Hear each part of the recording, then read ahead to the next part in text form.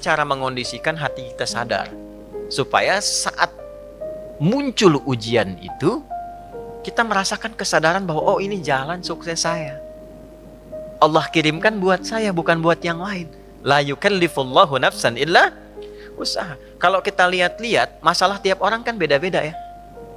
Tapi intinya sama kan masalah? Intinya kepikiran juga kan? Ya kan? Ya, kalau masalah kan nomor 4 ya. Ya kan? Kan berpikir itu ada 4. Ada berpikir, sedikit berpikir, tidak berpikir, pikiranun. Gimana? Masalah itu kan pikiranun kan? Yang dipikirkan kan? Ya, semuanya sama, intinya berpikir. Di perusahaan yang besar, yang kecil berpikir. Ya. Yang sedang ujian berpikir. Kadang-kadang sama-sama pusing, pusingnya sama, tapi bentuk ujiannya beda-beda. Yang paling menarik itu ujiannya beda sesuai kadar kita. Gak mungkin level direktur diuji dengan level pegawai bawah misalnya, itu mustahil. Tapi sama-sama pusing juga. Ya, pegawai belum gajian pusing, direktur proyek belum lancar pusing. Pusingnya kan sama kan, tapi wujud ujiannya beda karena sesuai dengan maslahat kita. Itulah la yukallifullahu nafsan illa. Nah, cara mengatasinya bagaimana? Supaya saat diterima itu ada ketentraman dalam jiwa. Dan ketentraman itu melahirkan kesadaran. Oh, ini kan yang saya minta. Gak mungkin ujian ini tiba-tiba muncul di hadapan saya kalau saya gak pernah berdoa. Coba siapa yang pengen kaya pernah berdoa minta sukses? Terus Allah kasih jalannya. Nih lewatin dulu ini. Yang paling aneh kan begini. Minta begitu dikabul marah. Kenapa harus saya ya Allah? Kan mana tadi doa gitu. Kan kamu yang minta tadi. Kenapa ketika dikasih bilang kenapa harus saya ya Allah? Ini kan aneh sebetulnya. Ya, jelas ya. Nah, supaya menghadirkan suasana itu, solusinya apa? Itulah hadiah Isra Mi'raj. Makanya perjalanan Nabi sebelum Isra Mi'raj itu melalui persoalan-persoalan dulu, supaya sadar hidup itu nggak ada yang lurus terus, tidak ada yang nyaman terus. Ya, Nabi itu sebelum Isra Mi'raj itu apa peristiwanya? Diganggu di Mekah, lalu berharap di Taif itu ada pelindung, karena Taif itu, maaf, secara landscape itu apa ya, gambaran kotanya itu lebih maju, ekonominya lebih maju, supaya diharapkan orangnya lebih berpendidikan. Jadi begitu datang ke situ disambutnya baik. Ternyata alih-alih baik, nyampe ke Taif, kalau di Mekah dilempar dengan kata-kata, dituduh, dicaci, dimaki. Ke Taif dilempar dengan batu. Nabi terluka, anak angkat beliau terluka juga, Zaid. Istirahat, datang malaikat 2 turun. Ya Muhammad ya Rasulullah, kama qala ya Rasulullah, mud yadaika ila sama, angkat tanganmu minta kepada Allah supaya kami ini diperkenankan mengangkat 2 bukit untuk menghimpit orang-orang yang telah melukaimu ini. Apa jawab Nabi? Perhatikan kalimatnya. La fa innahum qaumun la ya'lamun. Mohon jangan lakukan, karena mereka melakukan itu kepadaku karena belum tahu saja tentang aku. Bukan karena benci. Karena belum tahu. Kalau orang belum tahu dia apakan? Diberitahu, bukan dimarahi. Bukan dicaci. Jadi boleh jadi ada yang mencela itu karena belum tahu. Nah, kalau kita tidak merasa harus dicela, ya, dan tidak merasa celaan itu ada pada diri kita, kenapa mesti marah? Jelas ya? Maka apa yang terjadi? Perhatikan doanya. Aw kama qala ilahi ila man taqiluni a ila qaribin yu'dhini am ila ba'idin yu'limuni fa ana radin ma lam taghdab alayya wala haula wala quwwata illa billah. Ya Allah, setelah aku bertugas di sini dan dilempari oleh orang-orang di sini, kemana lagi engkau akan perjalankan aku setelah ini? Apakah tempatnya masih dekat dan aku akan dilempari lagi? Ataukah tempatnya jauh dari sini dan aku akan disakiti lagi? Aku ridha dengan itu ya Allah, selama itu perintahmu sepanjang engkau tidak marah kepadaku. Itu poinnya. Tolong garis bawah ini. Sepanjang engkau tidak marah kepadaku, apapun yang kau perintahkan aku kerjakan. Apakah tempatnya masih dekat atau jauh dan aku akan disakiti lagi? Dari situlah turun undangan Isra dan Mi'raj. Ternyata bukan cuma di bumi, diperjalankan langsung sampai dengan ke langit. Subhanalladzi asra bi'abdihi lailam minal masjidil haram ilal masjidil aqsa alladzi barakna haulah linuriyahu min ayatina innahu huwas samiul basir. Turunlah peristiwa Isra Mi'raj. Undangan itu turun. Asalnya dari situ. Jadi ketika kita itu sadar bahwa semua apa yang kita alami ini ujian dari Allah untuk membantu kita meningkatkan kualitas hidup, mengabulkan doa kita, disitulah anugerah akan turun. Tapi kalau kita banyak mengeluh, capek. Ya, ini saya kasih gambaran gini.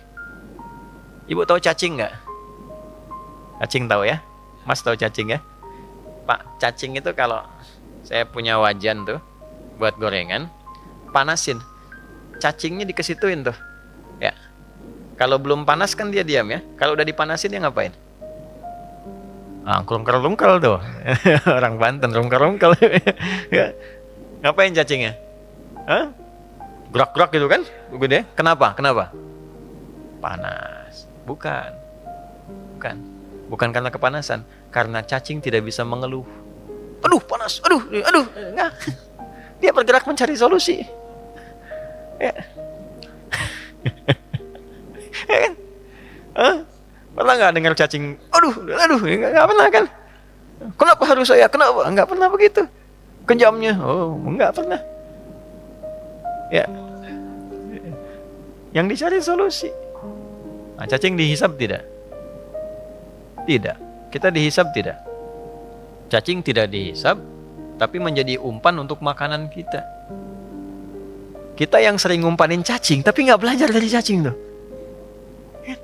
Kenapa harus selalu ada keluhan? Yo, cicak. Cicak makanannya apa? Nyamuk. Cicak bisa terbang nggak? Nyamuk bisa terbang. Di mana logikanya hewan yang tidak bisa terbang, makanannya terbang? Tuh. Tuh kalau nyamuknya pintar, dia punya akal. Ya, jadi mainan cicak tuh.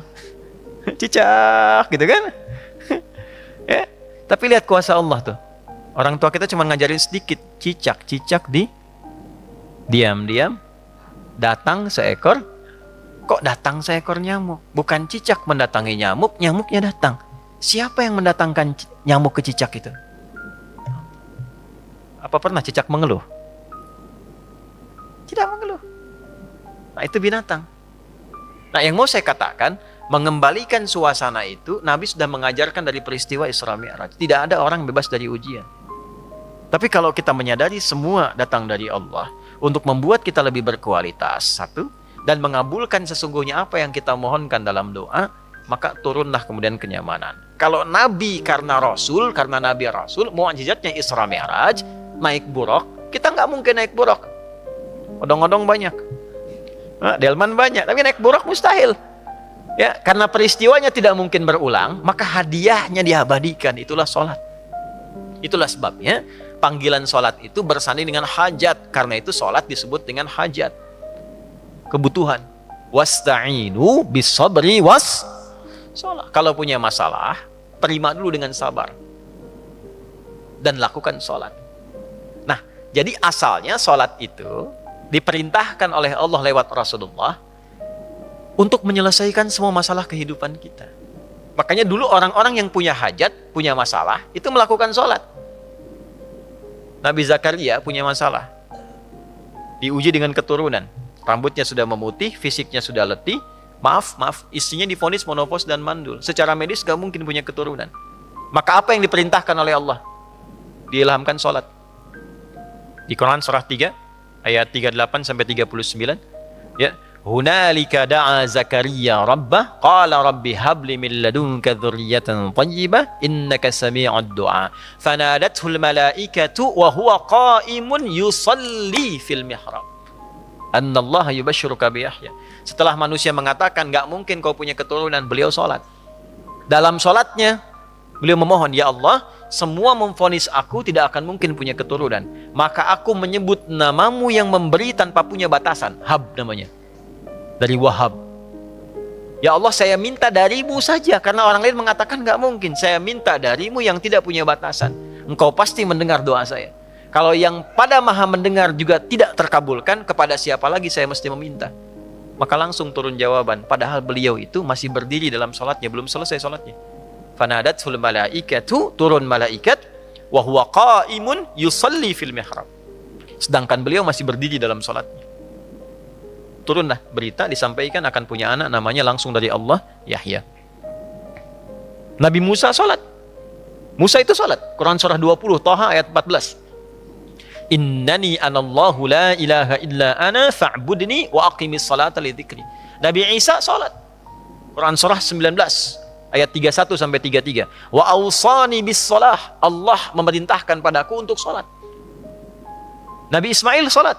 Quran surah 19 ayat 55. Wa kana ya'muru ahlahu bis shalah. Bahkan Nabi Ismail itu meminta semua keluarganya jangan tinggal sholat, jangan tinggal sholat. Itulah sebabnya kenapa sholat itu menjadi yang paling pokok dalam hidup dan tidak ada alternatifnya sampai meninggal.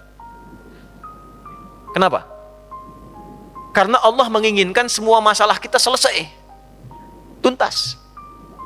Saat sholat kita minta, rukuk, sujud, selesai masalahnya. Zakat itu wajib kalau ada kewajibannya berlaku. Sampai nisabnya, keluar zakatnya. Tapi kalau belum sampai batasnya, nggak ada kewajiban zakat. Puasa itu wajibnya kapan? Ramadan. Kalau tidak Ramadan, tidak wajib, kecuali nazar. Ya. Dan saat Ramadan pun kalau nggak mampu, masih bisa diganti. Kalau tidak qadha, fidyah. Haji wajib nggak? Kapan? Bagi yang mampu. Tapi sholat, semua berlaku, berdiri. Nggak bisa berdiri, nggak mampu, duduk. Wa qu'uda. Nggak bisa duduk, berbaring. Nggak mampu berbaring, isyarat. Nggak mampu isyarat, berkedip. Dengan kedipan selama masih sadar. Nggak mampu berkedip, disolatkan. Kan sudah selesai. Ya. Ya, sampai titik akhir tuh. Ya, sampai titik. Kenapa? Karena Allah tidak menginginkan semua hambanya siapapun punya masalah yang tidak selesai.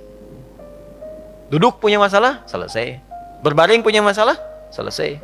Itu masalahnya. Dan tidak ada orang hidup yang tidak punya masalah. Ini subuh kan baru berapa menit tadi kita lewat tuh? 30 menitan.